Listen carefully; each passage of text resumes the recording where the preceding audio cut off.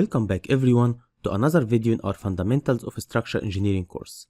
In this video, we are going to learn about the structural design of RC beams against shear.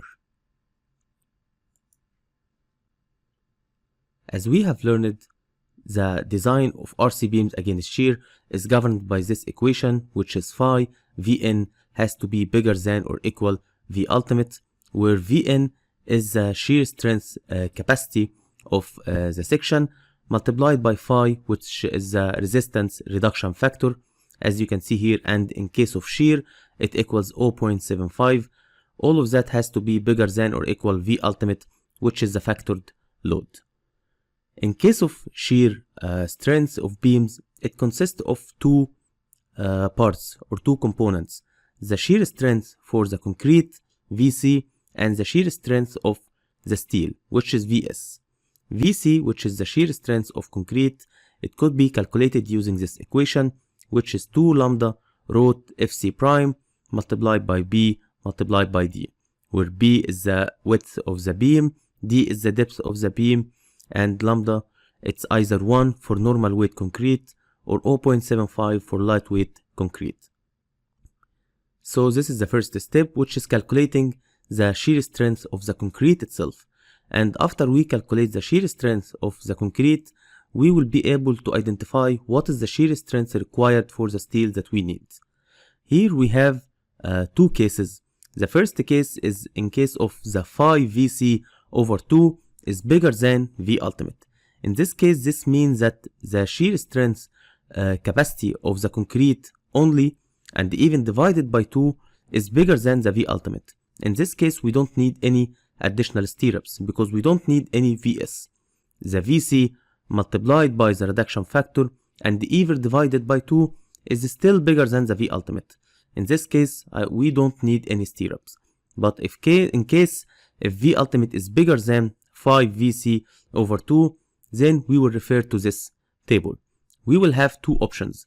Here, if the V ultimate is bigger than 5 Vc over 2 but smaller than 5 Vc, in this case we will calculate S, which is the spacing required between the stirrups, by one of these two equations.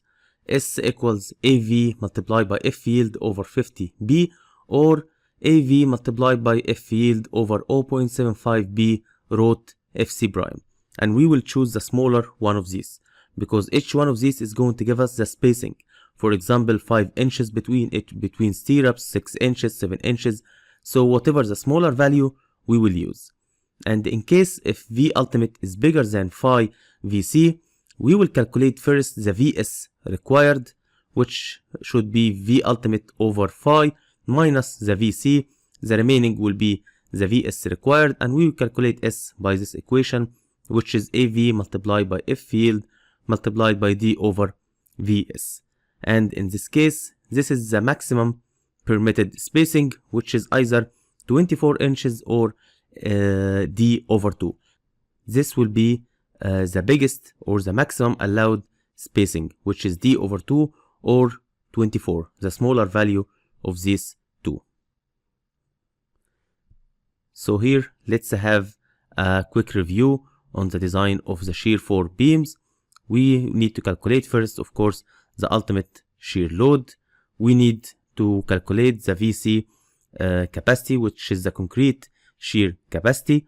After that, we need to compare between the ultimate shear to the concrete shear capacity, and based on that, we will identify if the Vs or if stirrups is needed or not, and if needed, we will refer to this table to find out the required spacing and stirrups diameter.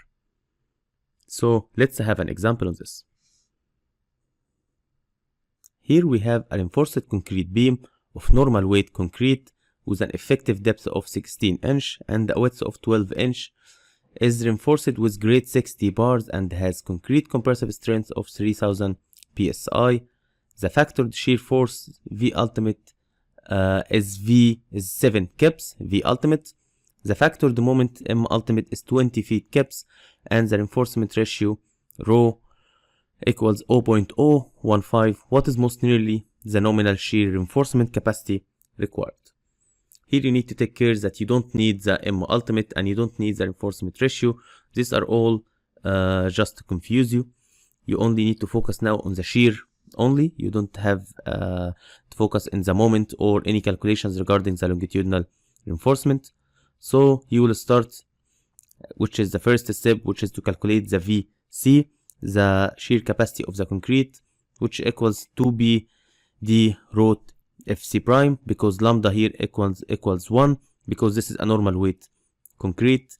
So it is going to equal 2 multiplied by 12 multiplied by 16 multiplied by root 3000 equals 21,000 pounds. So VC equals 21 kips.